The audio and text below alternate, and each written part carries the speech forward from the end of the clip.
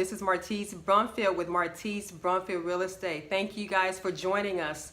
Today I am here with Monica Higgins. Hi. Monica is actually a ADU specialist, and for those of you who are not familiar with that term, it's accessory dwelling unit. Yes. And so what that means is that for those of you who are current homeowners who have actually thought about maybe adding additional space to your property, Monica is definitely the go-to person that you want to talk to about that. So thank you so much today, Monica, for joining us. Thank you. So today, Monica, first off, can you explain to our audience specifically what exactly is an ADU? Okay, well, you already mentioned it's called an accessory dwelling unit. Mm-hmm. And you probably haven't heard that term, but you probably heard the term casita, mother-in-law unit. I like the term granny flat because I like to think of it as a crash pad for granny. Okay. Or for some people, it's a crash pad for their boomerang children that are coming back to live home. Okay. Or maybe you have another generation that you want to have living with you. Mm-hmm. Okay. And so why do you think it's necessary, especially in this day and age, to build an ADU? What's so important about an ADU and why necessarily now? Well, the reason that people are actually doing it now is, one, the obvious reason that the laws have changed. Okay. So in 2017, the state of California passed legislation where it's actually legal to do it. Before it was not legal, so that's a biggie. Okay. The obvious reason is to increase the value of your property. Absolutely. More permitted square footage, more it's worth. We've all been on those open houses where they have the little note that says bonus room not permitted. Yes, Okay. we've come across that quite a bit. So you get it permitted, it's additional living space. Uh-huh. The other reason people are doing it for extra money. Absolutely. They're yeah. wanting to make money from property that they already own. Mm-hmm. And the other reason is maybe you have an aunt or uncle or your grandmother, again, the children that are moving back home, and you need a place to live and you want them close, but not too close. Okay, which makes sense.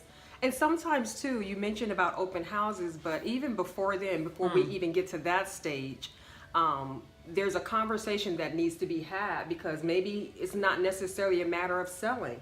Maybe this strategy simply could just be, okay, what are some of our options outside of selling the property that we can do to the property that's going to drive in income? Yes. Yeah, so an ADU would make sense in that case. Yeah, I get that a lot from seniors that are, or people that are looking to retire within, let's say, the next 10 years, and they're sort of looking at their retirement portfolio and how can they, make more money. Okay. And instead of moving, what they're doing is building an ADU as an example. Nice. They're moving into the ADU and then they're renting out the front house. Okay. So And that makes total sense. Yeah.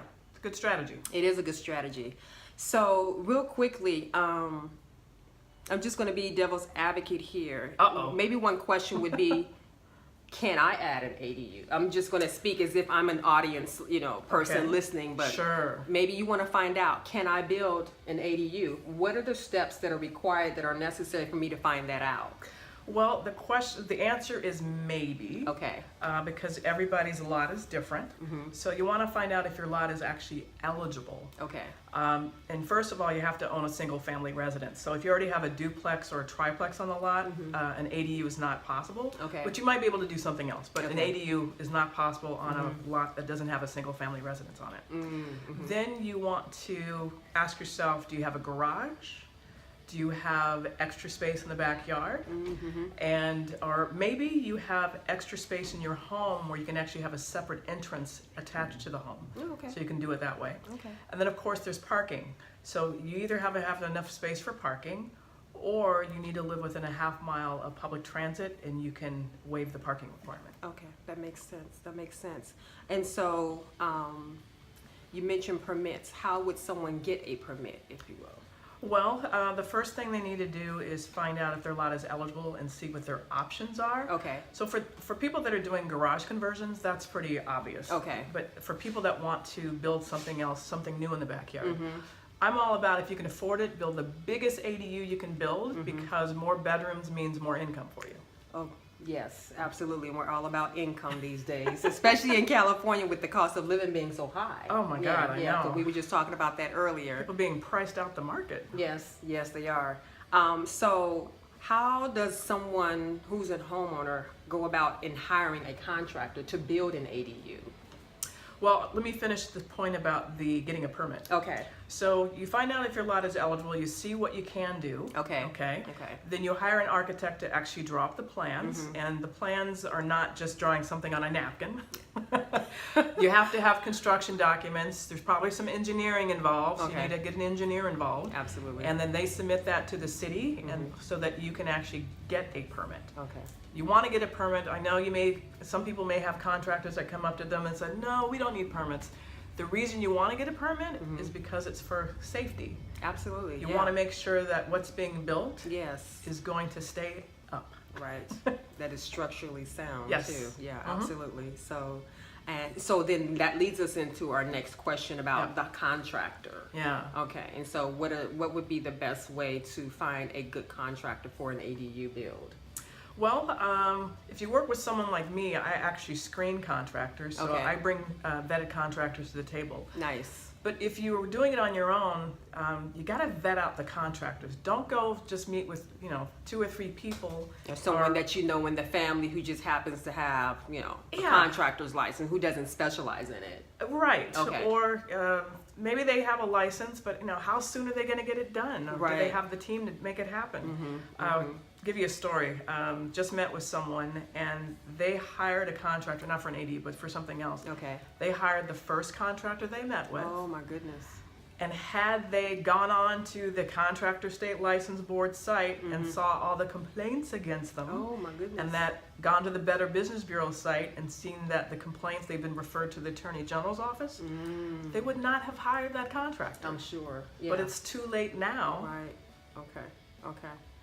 So, what's the best way to make money with an ADU? I know you touched on it a little bit, but specifically, what's the best way to Right. make money with an ADU on your property? Okay.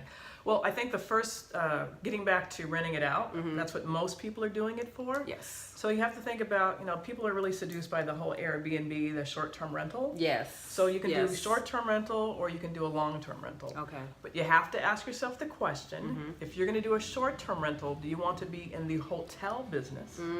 Yeah. Or if you're doing a long-term rental, you want to be a landlord? Yes, because there is a difference. Yes, there is. There is a difference. If you're in the hotel business, every time somebody leaves, you got to clean up. You got to make sure it's, wash the linens. You still have to advertise, but that's done on Airbnb. That's not a big deal. Okay. But you really want to make sure that your city allows short-term rentals and how many days a year they actually allow it.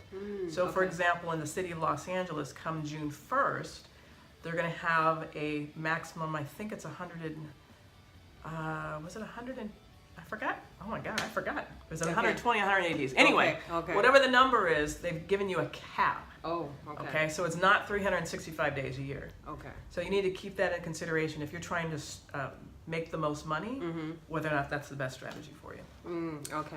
Okay. That makes sense. And what would be the best thing for someone to consider renting their ADU?